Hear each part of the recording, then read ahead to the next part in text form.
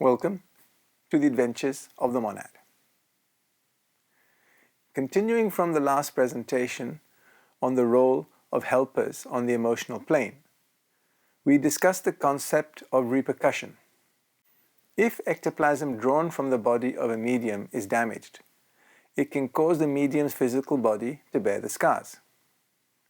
Repercussion is a complex subject that still needs to be fully understood. To understand the concept comprehensively, one must understand the laws of sympathetic vibration on multiple planes.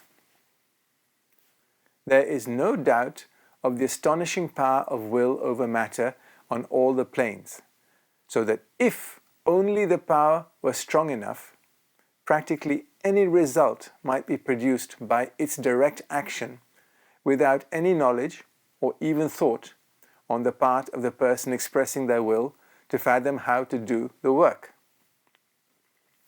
There is no limit to the degree to which it may be developed. It must, however, be remembered that the exercise of will has both positive and negative outcomes. Be careful what you wish for. The power to affect matter through one's will holds good in the case of materialization, although ordinarily it is an art that must be learnt like any other. The average person on the emotional plane would only be able to materialize themselves if they had previously learnt how to do it. By analogy, an average person on this plane could only play the violin if they had had previous lessons.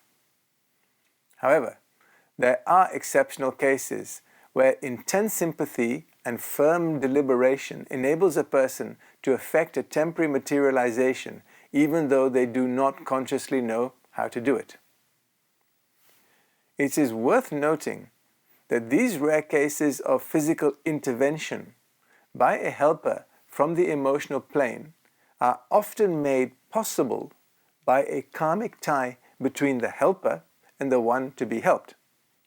In this way, old services are acknowledged, and the kindness rendered in one life is repaid in a future one, even through unusual methods such as those just described. In great catastrophes, where many people are killed, it is sometimes permitted for one or two people to be miraculously saved because it so happens that it is not their karma to die just then. In other words, they owe no debt that can be paid in that particular fashion of enacting divine law. Very occasionally, physical assistance is given to human beings, even by a master. Charles Ledbetter describes a case that happened to him. Walking along a road, he suddenly heard in his ear a voice of his Indian teacher, who was physically 7,000 miles away at the time, cry, "Spring back!" He started violently back just as a heavy metal chimney pot crashed upon the pavement less than a yard in front of his face. Another remarkable case is recorded where a lady who found herself in serious physical peril in the middle of a dangerous street fracas was suddenly whirled out of the crowd and placed relatively uninjured in an adjoining and empty by-street. Her body must have been lifted right over the intervening houses and set down in the next street, a veil, probably of etheric matter, being thrown around her whilst in transit, so that she should not be visible as she passed through the air. Now that is what I call help. Casting your mind back to the presentation on after-death life, it will be evident that there is ample scope for the work of invisible helpers among people who have just died. Most of these beings are in a condition of complete ignorance regarding life after death. So many, in Western countries at least, are terrified of the prospect of hell and eternal damnation that there is much work to be done in enlightening people as to their actual state and the nature of the emotional world in which they find themselves. The main work done by the invisible helper is that of soothing and comforting the newly dead, of delivering them, where possible, from the terrible though unnecessary fear, which too often seizes them and not only causes them much suffering, but retards their progress to higher planes. With this help, they are able to comprehend the future that lies before them. It is stated that this work was, in earlier periods, attended to exclusively by a high class of non-human entities. Today, those human beings who can absorb such information and have the capacity to function consciously on the emotional plane can help newly departed souls in this labor of love. In cases where the desire elemental of the emotional body has rearranged the emotional matter of a newly deceased person, a helper from the emotional plane can break up that arrangement and restore the emotional body to its previous condition, where matter is randomly distributed throughout the envelope. This allows the dead person to perceive the whole emotional plane instead of only one subplane. This goes back to the concept of a random distribution of emotional matter. Once stratified, emotional matter has to be shed in order of density, the heaviest going first. This means you only perceive matter from that plane. This is restricting and frightening if you are in the lowest subplanes. Others who have been on the emotional plane longer may receive guidance, explanation and advice on navigating their passage through the emotional world on their journey to their next destination, the mental world. Thus, they may be warned of the dangers and delay caused by attempting to communicate with the living through a medium. And sometimes, though rarely, an entity already drawn into a spiritualistic circle may be guided into a higher and healthier life. Unfortunately, the memory of such teachings cannot be directly carried over to the next incarnation. Still, fundamental inner knowledge always remains, and there is a strong predisposition to accept it immediately when heard again in the new life. Lawrence calls this memory remembering anew. Some of the newly dead see themselves on the emotional plane as they really are, and are therefore filled with remorse. Here the helper can explain that the past is the past, that the only repentance worthwhile is the resolve to do better in the future, and that each person must take themselves as they are and steadily work to improve themselves and lead a more authentic life in the future. My mother recounted to me that she spoke to her grandmother through a medium, and the message from her to her granddaughter was, "My garden is full of weeds. You reap what you sow."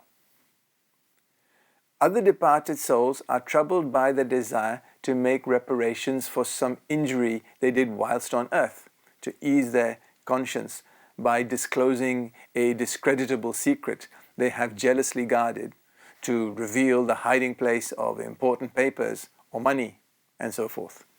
Sometimes the helper can intervene on the physical plane and satisfy the dead person. Still, in most cases, the best that the helper can do is explain that it is now too late to make reparations and therefore useless to grieve over the trouble and to persuade the person to abandon their thoughts of earth, which hold them down in close touch with earth life, and to make the best of their new life. An immense amount of work is also done for the living by putting good thoughts into the mind of those ready to receive them.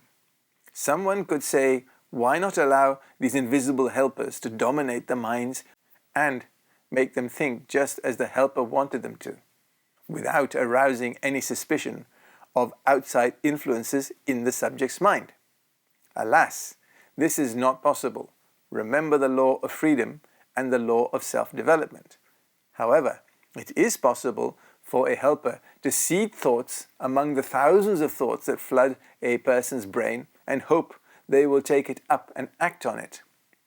A vast range of assistance can be given in this manner. Consolation is often given to those in sorrow or sickness. Reconciliations are attempted between those who have been separated by the conflict of opinions or interests. Earnest truth seekers are guided towards the truth. It is often possible to put the solution of some spiritual or metaphysical problem into the mind of one who is spending anxious thought upon it.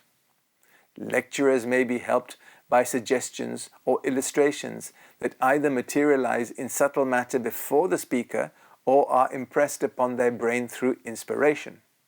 I can attest to that fact. An invisible helper who engages in such practices regularly soon acquires several patients that they visit every night, just as a doctor upon earth makes a regular round amongst their patients. Each worker thus usually becomes the center of a small group, the leader of a band of helpers. Work can be found in the emotional world for any number of workers, and everyone who wishes, man, woman, or child, may be one of them. Sign up today.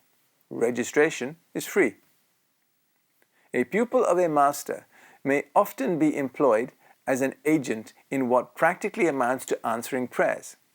Although it is true that an earnest spiritual desire, such as expressed in worship, is a force which automatically brings about specific results, it is also a fact that such a spiritual effort offers an opportunity to influence the powers of good. The willing helper may thus be made the channel through which energy is poured forth. This is true of meditation to an even greater extent. In some cases, such a helper is taken to be the saint to whom the petitioner prayed, and there are many stories to illustrate this. Pupils fitted for the work are also employed to suggest true and beautiful thoughts to authors, poets, artists, and musicians. Sometimes, though more rarely, it is possible to warn people of the danger to their moral development caused by their course of action. This may be done by clearing away evil influence from the person or place, or by counteracting the machinations of black magicians. On that more optimistic note, let us wait till the next presentation to complete our examination of the role of the invisible and sometimes visible helper. Thank you.